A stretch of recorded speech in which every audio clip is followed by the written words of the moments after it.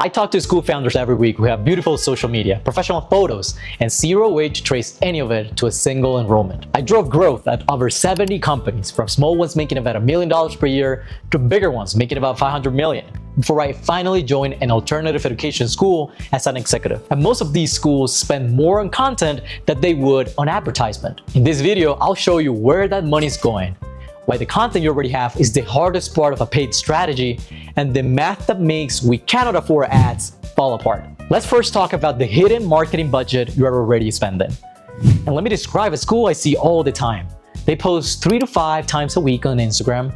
The photos are gorgeous, kids building things, teachers laughing, golden hour on campus. They've got a photographer who comes in once a month.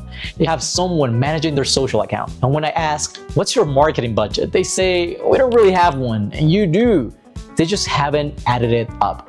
Let's do the math together. A part-time social media manager or a contractor, just slightly decent, somewhat junior, if they're handling your content, that's typically $2,000 to $4,000 a month, depending on your market. A photographer coming in monthly, even quarterly, might run you $500 to $2,000 per session. If you add in the design tools, the scheduling software, the time your head of school spends reviewing posts and writing captions, which is real time with a real cost, even if nobody's billing it, then you're probably looking at $3,000 to $5,000 a month in content production. Some schools spend even more. Now here's the part that should bother you. None of it is measurable. You can tell me how many likes you got, you can tell me your follower count went up, but you cannot tell me how many families saw that content and then schedule a tour. You cannot connect a single Instagram post to a single enrolled student. And if you cannot do that, you have no idea whether that $3,000 or $5,000 a month is producing anything. Now, if you're listening to these numbers and you're thinking, well, I don't have a social media person, I'm the one doing it. Well, that time that you're spending on social media, it's still time that you could be spending in an action that could drive more revenue to your business. So all that to say, it's definitely not zero. And let me actually go into a personal story about how many times social media looks really well, but drives no revenue. And it's a story that actually happened to me last week.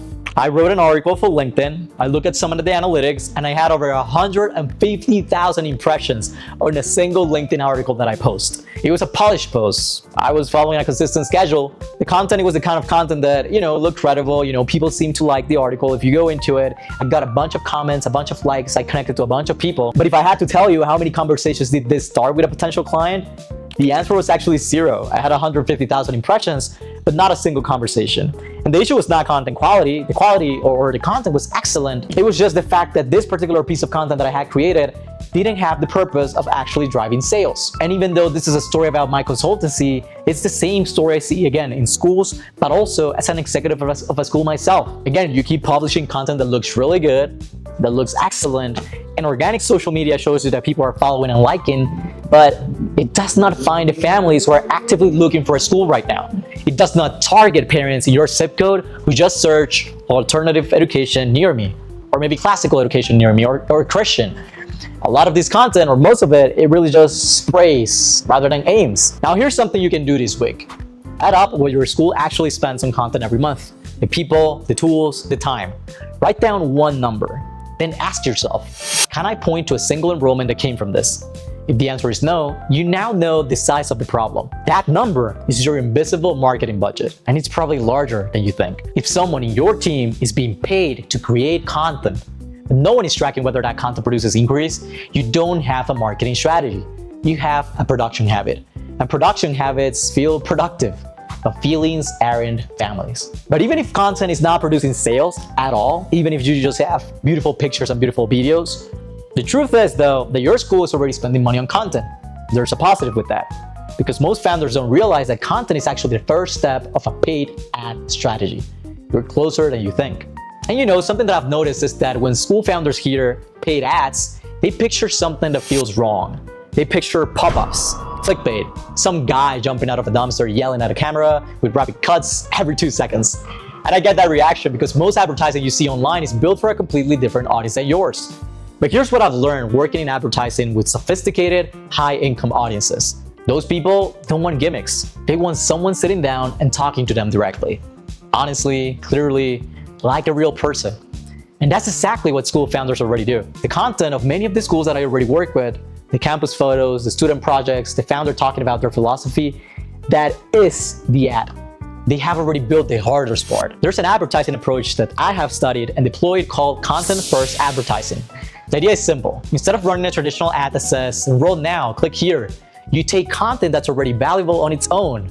A video of a classroom in action, a parent talking about their experience, a founder explaining what makes the school different, and you put a small budget behind it to show to the people who've never heard of you, but who resemble the people who are most ready to buy whenever you have sales conversation, but that also are likeliest to stay for the longest amount of time possible. And here's why schools have such a natural advantage with this.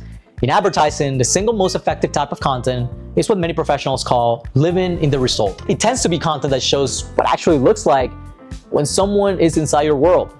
It's not a pitch, not a graphic with a brutal list of benefits, just this is what it looks like here. Again, campus at golden hour, a kid building something with their hands, a teacher laughing mid-lesson. That's just not a nice Instagram post. That is the #1 most powerful type of advertising content that could exist for your school. And schools create it every week without even thinking about it. At any given time, about 3 to 4% of parents in your area might be looking for your school, or just for a school overall. That's a principle from consumer behavior research, and it holds across industries. 3 to 4% are in market right now.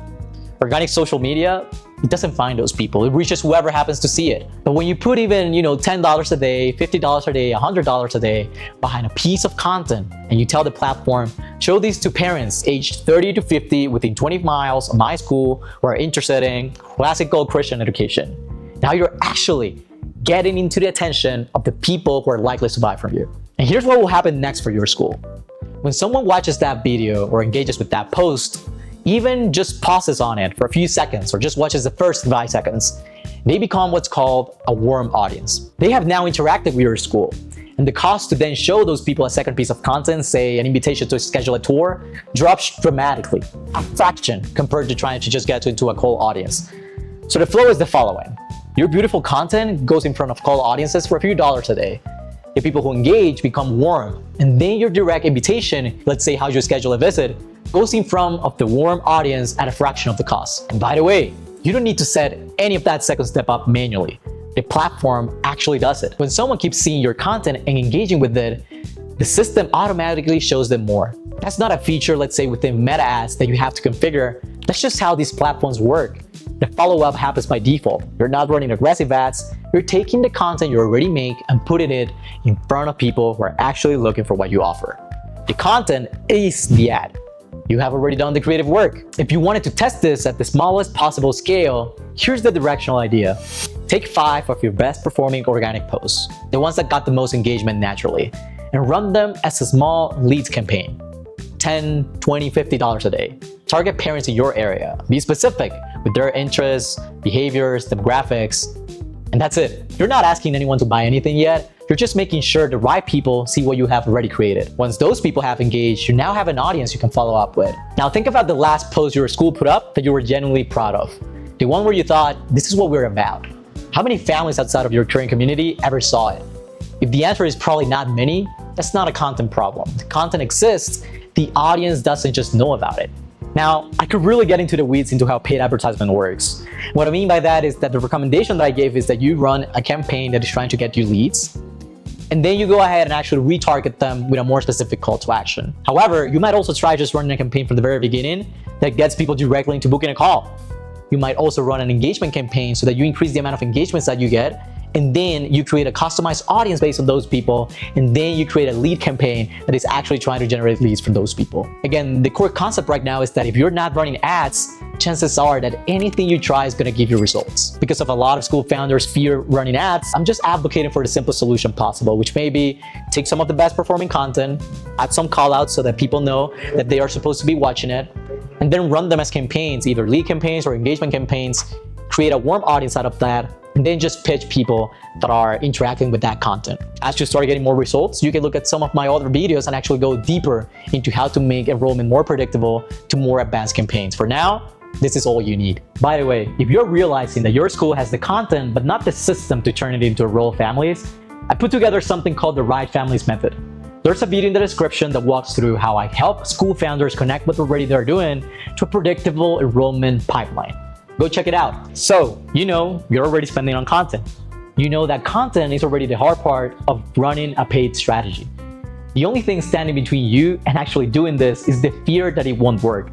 So let's kill that with math. Because to be honest with you, one of the realest reasons that I found why most school founders don't run ads, it's not about the money, but about fear. The fear of spending money and getting nothing. The fear of putting a dollar amount on something that feels like it should be above that. The fear that it won't work. And then they will have to spend money and still have empty seats. And I understand that fear. But I want to show you with math because the math makes the fear irrelevant. Let's walk through some real compiled data from some of the schools that I've been working with. We found that for a well-targeted campaign, a paid campaign, if we wanted to generate applications, not calls, just applications, meaning that a parent filled out a form expressing interest, it might cost us between $35 to $85 depending on the tuition costs and different variables. Now, an application, just like all of them don't become tours. For a school that I was working with, for example, about a third of families who applied actually showed up into the tour. So let's say that, we were paying $40 per application and a third showed up. In that case, our cost per family who actually walks through the door is around $120 to $150. Now, with this school that I was recently working with, it took us typically between 5 to 7 school tours to produce a single enrollment. So our cost to enroll one family through paid advertising, it's roughly $600 to $1,000. That sounds like a lot until you do one more layer of math. If your school charges $10,000 a year in tuition, and many alternative schools charge way more, and the average family stays 3 years, that's $30,000 in lifetime tuition from a single family. And I might have to spend $600 to $1,000 to acquire them. That's 30 to 1 in terms of return. You invested roughly 3% of that family's first year tuition to find them. Even in a worst case scenario where ads are less efficient, you would still be spending maybe 5 to 7% of first year tuition to acquire a family. Most businesses in any industry would take that deal without blinking. Now compare that to what you're spending on organic content. $3,000 to $5,000 a month, which over a year is $36,000 to $60,000. With no way to trace it into a single enrollment. You could run paid campaigns for a fraction of that and know exactly which families came from it. Every dollar within ad campaigns is tracked. Every application has a source. Every school tour becomes measurable. And here's the thing that makes this even clearer.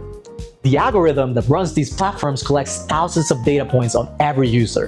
What they search for, what they click, what they engage with, how long they watch video. When a parent in your area fills out your application and eventually enrolls, the platform learns from that. It learns what kind of parent converts for your school, and it gets smarter over time. What's remarkable is how quickly this happens. The very first few applications you receive, the first 2, maybe 3 families that fill out a form, maybe even the first 10, those early conversions shape the entire direction of the campaign. The system looks at those parents and says, it sounds like this is the kind of person who takes action for this school. Let me find more people like them. Even at $10 or $20 a day, those first applications are training the system to get better at finding the right families. And it compounds. The longer you run it, the sharper it gets. To be transparent with you, with the schools that I work with, we're not running $20 or even $50 a day. Oftentimes we get to points of efficiency in which it doesn't make sense to spend less than $250, $500. With a school that I was working with, we were spending $40,000 a month in advertisement. And the reason behind that was that whenever we spend $40,000 in advertisement, to be fair, it was in high enrollment season. This was around June of last year. We were making hundreds of thousands of dollars in tuition contracts. So it made sense. But the point to keep in mind at this point is that if you're not running ads at all, and you're afraid of it, know that for as little as $20 a day, I would encourage you to go closer to $50. As long as you're charging more than $7,000, $10,000 in tuition, it's literally impossible for you to not see tens of thousands of dollars in revenue as long as you're targeting the right people. And I want to address something that holds a lot of school founders back. There's a fear that these platforms are designed to take your money, that they're built to drain your budget and give you nothing. The reality is the exact opposite. These are platforms, especially Facebook, built by companies worth hundreds of billions of dollars. And they make money when your ads work. If your campaign converts, you spend more. If you spend more, they profit. The entire system is designed to help you succeed because your success is their business model. They're not working against you. They're structurally, financially incentivized to put your content in front of the right people. Organic content does not have this. Organic content has no feedback loop. Organic content does not learn. And no one profits from making it work harder for you. Hence why platforms make it harder and harder for your organic content, free content, to actually get in front of people at all. Now, What's the likeliness that it would be shown to the right people? You tell me. Now let me go into the directional shift that I want you to take. Stop thinking about paid advertising as a separate, scary thing from what you're already doing. Think of it more as the last step that you haven't taken. You have the content, you have the story, you have the school that families love once they see it. The gap is between families who would love this school and families who know it exists. Paid distribution closes that gap and it costs less than what you're already spending to not close it. Right now, somewhere in your area, there's a parent searching for exactly what your school offers. They've never heard of you. Your Instagram won't reach them. Your referral network doesn't know them. The only way they find you is if you show up where they're looking. Ask yourself honestly, are you more comfortable with a 100% chance of that family never finding you, or a measured investment that might put your school in front of them? So let me finish this by bringing this all together. Most school founders I talk to aren't opposed to growth. They're opposed to wasting money. That instinct is right, but it's pointed at the wrong thing. The waste isn't in the ads you haven't run. The waste is in the content you have already paid for that never reached the families it was built for. I built something for school founders who are exactly in this position. They have great content, a strong school, but no system connecting any of it to predictable enrollment. It's called the Right Families Method. There's a video in the description that walks through the whole system, what I look at, how the math works, and what school founders discover when they go through it. If anything in this video made you think, we've been spending money on content with nothing to show for it, go watch that video. Link is in the description. I put videos like this every week. Real numbers, real frameworks, real stories from inside the work of growing alternative schools. If that's useful to you, subscribe and drop a comment. Does your school have someone creating content right now? And can you trace any of it to an actual enrollment? Not just saying it's probably helping, but can you actually trace it? I'm genuinely curious, because in every conversation I have, the answer is the same.